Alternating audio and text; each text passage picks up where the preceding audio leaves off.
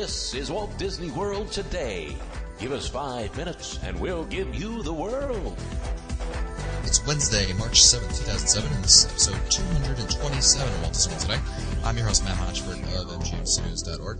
On the show tonight is Mike Newell of Mouse River Radio. Welcome, Mike. Hello from Old Key West Resort and Spa and thing and whatever. How is it down there, Mike? Beautiful. You left at a good time because it got a little chilly, but today's it's great again. That's good to know. Also on the show is Mike Scopa of MousePlanet.com. Welcome, Mike. Now let's get things started with a real chilling act. Say hello to our friends, Mr. Dairy Foods and his Stars of the Milky Way. Oh, God, it's from Newell's favorite attraction. No, correction, second favorite attraction. Food Rocks, right? Nope. Oh. No? Oh. You're close. The one before it. Veggie fruit, veggie fruit. What's it called and who said that? I don't know. I just know it's Newell loves that stuff. Food wrapper? You don't like food wrapper? Oh. No, it's on my list of things that needs to get off Mouse World Radio. That came from... What do you mean, wait? What do you mean list? Yeah. That was Bon Appetit from Kitchen Cabaret, by the way. Thank you. And we're answering your questions because it's Wednesday, and our first one's from Sarah from B Gardens here. He goes, howdy, y'all. I was just wondering about the Pirate and Princess party at the Magic Kingdom. How many adults dress up for the party? If my sister and her 2 girls and I go, are we going to be the only grown-ups dressed up? Thanks so much. Keep up the love, y'all. P.S. Matt, my name has no H. Sarah. Not Sarah, I guess. I don't know. Sarah. I was at Pirate and Princesses fairly recently, and I found that there are a fair amount of people who dress up. Probably not as many as you'd see on Halloween for the for Mickey's Not So Scary. Thank you, Mike. But there are some people there, so you're not going to be totally out of place. Lots of kids dress up more so than adults, whereas in Not So Scary you have a lot of adults dressing up and a lot of kids dressing up, but definitely a lot of kids dress up. So your sister's 2 girls should be fine. You'll be fine. I know that my fiance dressed up for the event, and I saw plenty of other adults. So I don't think you'll really be out of place. I think it's, I think it's fun. I think it adds to it. I think you'll have a lot more fun, and there's a lot better character interaction. My favorite thing about Pirate and Princess Party is when someone dresses up Cinderella and they go and meet the stepsisters, the wicked stepsisters, and the stepmother. It is just hilarious their response when they say, I won't spoil it, but it's very fun, and I would highly recommend, Sarah, that you dress up. Next email is from Kyle from Los Angeles, who writes, hello, everyone, and Christina, I hope. I'm trying to convince my parents to take me to Walt Disney World. My dad hates crowds. He thinks that Walt Disney World is the worst place in the world because of the crowds. I'm trying to convince him to take me to Walt Disney World as a present for my good grades. My mom is from Switzerland, but my dad is from France. My dad likes golf, but as I look for good info on the web, I don't find anything on Deb's site, and this site is really lacking. What is golfing like? I know that there's a PGA Tour event at Walt Disney World, but is the golfing angle strong enough to convince my dad to bring in his clubs and play golf while I'm in the parks, meet him for dining and maybe some other entertainment? Well, I know I have friends who go down just to play golf. They're world class designed golf courses. I know that the Funai Classic takes place in October. It's I've heard, I'm not a golfer, but I've heard very, very good things about the way that the courses are kept. And if you stay on the property, you get earlier tee times than you would if you were staying off the property. I've heard nothing but praise for all the golf courses down there. Yeah, I've heard a lot of great things about it. And a great website and resource is www.golf.com. Bill, have you gone on there before? I know the author of the site, a guy named Mark. He has a great website. I'm not a golfer, so to speak, but I've played. And I played on a few of their courses. And which mini golf course would that be? Fantasia Gardens. Fantasia Gardens. Which color ball do you prefer? Purple ball. Kyle also wrote, I hope you answer my question soon, as in before 2050. So there you go. He knows us. There you go. Next email's from Frank, who writes, hi guys, your World Today podcast is very good. I appreciate your insight into the Disney World experience. My family, wife, daughter 12, son 15, and myself 45, are spending Christmas in Mycopany, near Gainesville, with my relatives. I couldn't resist spending December 22nd and 23rd at the Disney parks. We live in California Bay Area and went to Disneyland just last December as a family, and I was just at a conference in Anaheim and got to go to California Adventure too. My wife, son, and I are planning to enjoy the Dive Quest program at Epcot on December 22nd from 4 to 7 p.m. This will be my third dive with them. Aside from that, we have no particular plans. Considering we've just been to Disneyland, what would you recommend we do at Disney World? Wow. Well, if you've been to Disneyland but that's also California Adventure, you might consider doing something that you can't really find it at Disneyland. Now, Animal Kingdom is a good example. You can't find really anything over there that's duplicated. With the exception of the magic of Disney Animation and Tower of Terror, you can't do any. The studio should be fairly unique to you. So you might consider emphasizing those two parks as great. I mean, then also outside of the parks, you might consider something like Boardwalk comes to mind. Mike, what do you think? It's funny, Matt, because I thought of Downtown Disney. It's got to be different from what's out there in California. I also thought of Animal Kingdom. I thought of just going over to the Animal Kingdom Lodge, taking a look at the resorts, because the resorts are very much a part of what makes Walt Disney World with the theming. The Wilderness Lodge. There's so much you can do regarding transportation via boats in Walt Disney World. That's something to experience. There's Fort Wilderness. Magic Kingdom's probably not going to be their cup of tea, although the castle, Cinderella Castle, is going to be much more on a grander scale than what you see in Disneyland. There's also Epcot World Showcase. You can't. There's nothing like World Showcase. Spaceship Earth. That's about Turtle Talk. Well, they have Turtle Talk in. That's true. At Disneyland, but I think those are some great options there, and I think you'll have plenty of options for you, Frank. Next question, I think, is up Mr. Newell's alley for some reason. He writes, "Hi guys." I don't know who this is from, but he or she writes, "Hi guys, I've been trying to find the ambiance music from Animal Kingdom in, I believe, near the Pocahontas attraction. I believe it's along the path going towards Dinoland. Again, not sure. When I first hear it at the park, I always want to sit down and just enjoy the music and my surroundings. I must say the highlight of that particular visit was Everest and hearing that music. Love the show. Keep up the good work." Do you have that in your personal collection, Newell? I'm not sure exactly where she's talking about. Yeah, I can't even picture it myself. Yeah. Again, I always give the same answer out. Google is your friend, but I know, and it's getting a little old. But try a site called I know Matt doesn't like it so much, but Mousebits.com is a great resource for audio and video. You might try there. Yeah. And if it's not posted there, you can ask, and if somebody has it, they'll seed it for you. And it's a torrent site, so you have to have a torrent client installed on your machine. But there's more information on that site, isn't there, Newell? Yeah. It's a great source for stuff. What do you think of the Everest music, Newell? I can't particularly remember the music that's played around the attraction, but on the ride, when you're going up that first hill over there, the big hill. The whistling and the tea thing. I haven't been. You haven't been yet. I don't remember hearing that, Matt. No. I mean, there's some. I remember hearing the whistling, but I don't remember hearing any music. I don't remember any music like in the attraction. I just remember like the I don't know if it is music or if it's just the sound that makes it because the wind is blowing by those tea things. When you go through the little shrine over there. Mm-hmm. I'm holding my ears because I don't want to miss.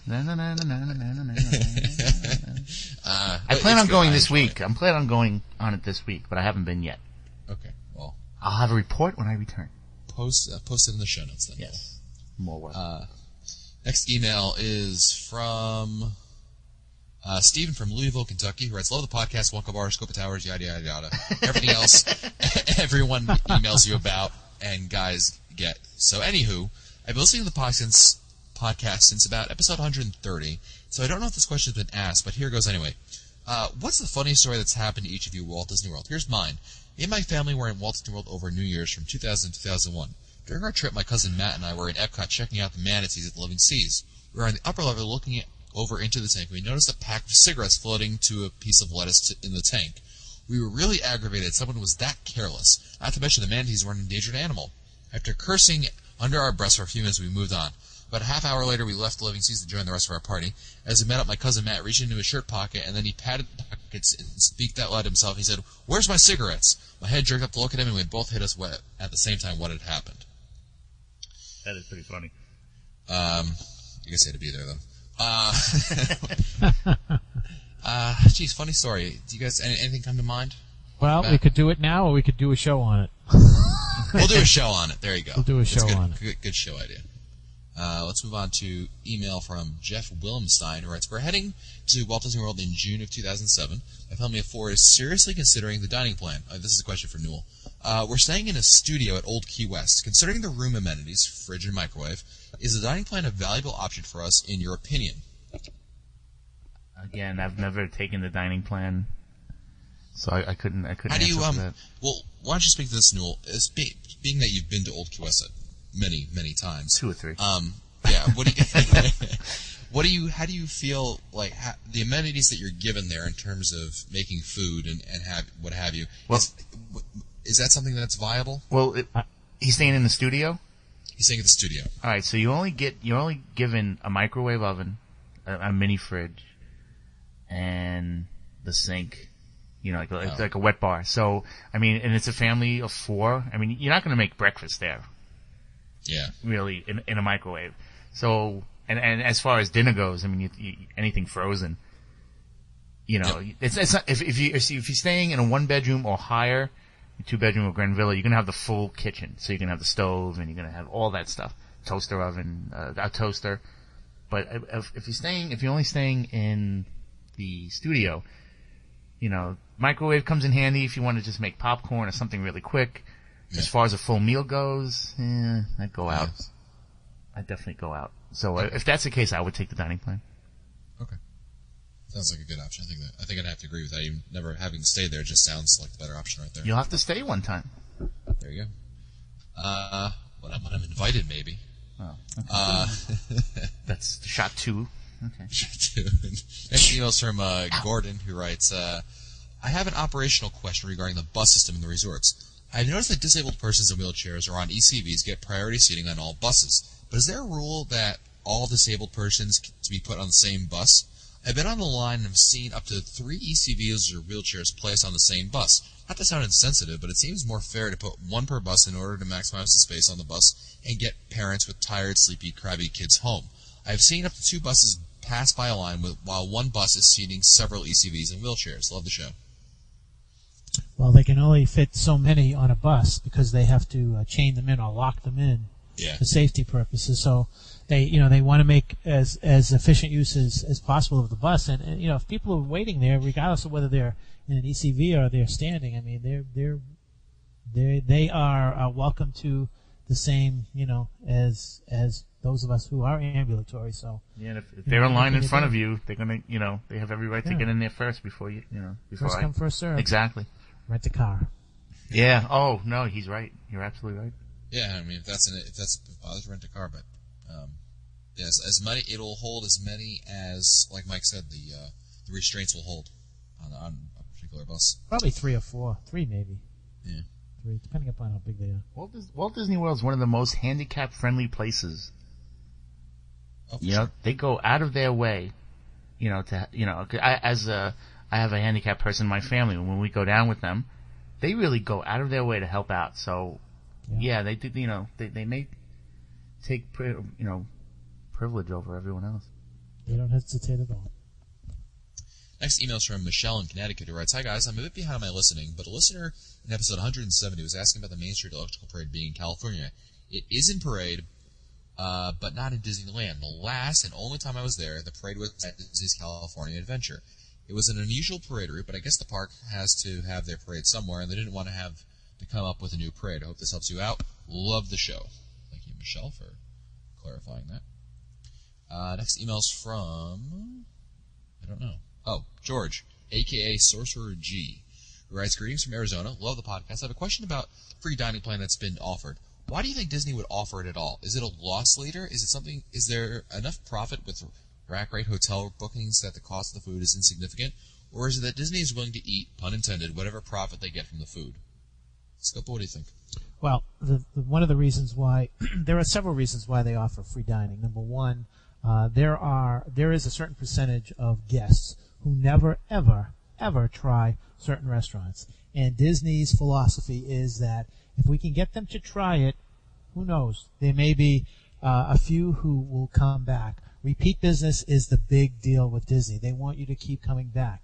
That's why they offer such great customer service. So if you're offered free dining, then maybe you will try Le Cellier, or maybe you will try Alfredo's, although only until August, or you'll try California Grill, or restaurants that you would otherwise not try because you were thinking, gee, it's really probably going to be real expensive and I don't want to waste my money. Therefore, you're dining on their dime. So that's one reason why they want to bring you there. The other reason why that's one reason why they would offer free dining.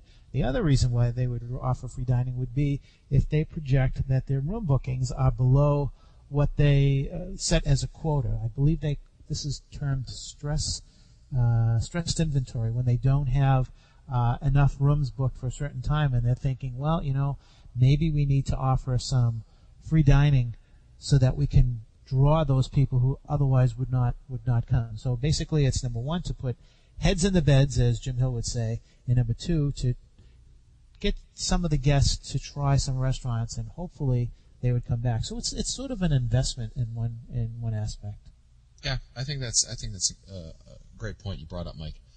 When I think of free dining, I mean, again, they're offered during the lowest times of the year, hurricane season. So my season, Scopa season, right? Len's often said, if Disney, the effect of them is insignificant. I don't think it's very significant. Let's put it that way. Because if it did, then Disney would offer free dining all the time to get, that filled up the hotels. So I don't think it's that much of a loss thing. I mean, obviously you got to keep in mind that if you're going there on free dining, you are paying the rack rate. So if you had any kind of discount, that's not going to be applicable. And the other thing, remember, Mike, you and I had a conversation with Dave Marks at Magic Meets last year.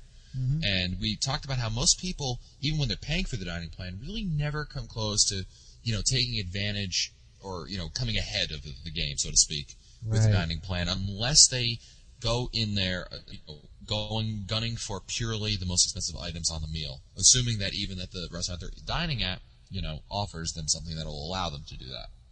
So. Right. I think people who are considering any type of free dining offer need to really do their homework and see how they would use it before signing on the dotted line. Quick question here from Joe, who writes, I missed a few episodes and was curious about the new Pal Mickey. It says, Pal Mickey 1.0 will not receive information about new rides like Soarin' or Everest, even once updated at VMK Central. I was told I would have to buy a new one for those features. How do you tell what version you have, and what is VMK Central?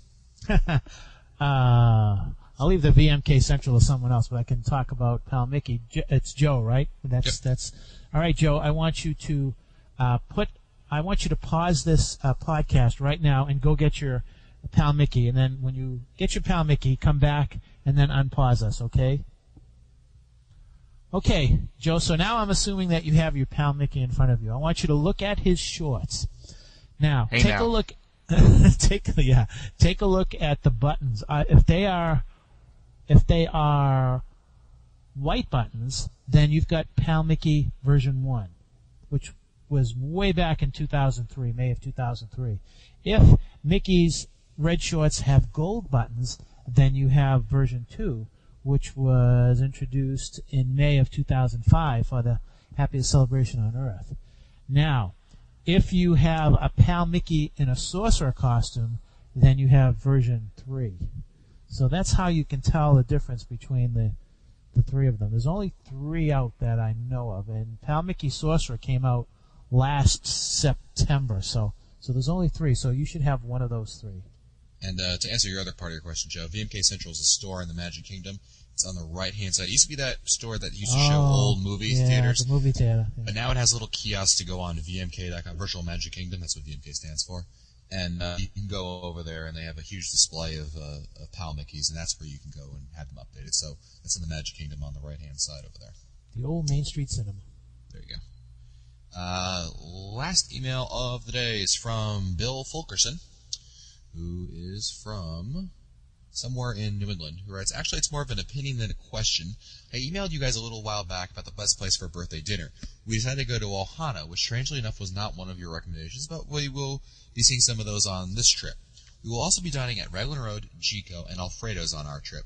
Since it is January, obviously 2008, which he's talking about, which is the slowest time of the year traditionally, the parks tend to close on the early side. So what are some ideas of things to do at night that are not Lanuba, which we have seen twice and highly recommend? Things to do at night, parks are closed. What do you do in the... What are some good options? Personally, I like Boardwalk. I like walking around there. It's always my favorite pastime of mine, you know.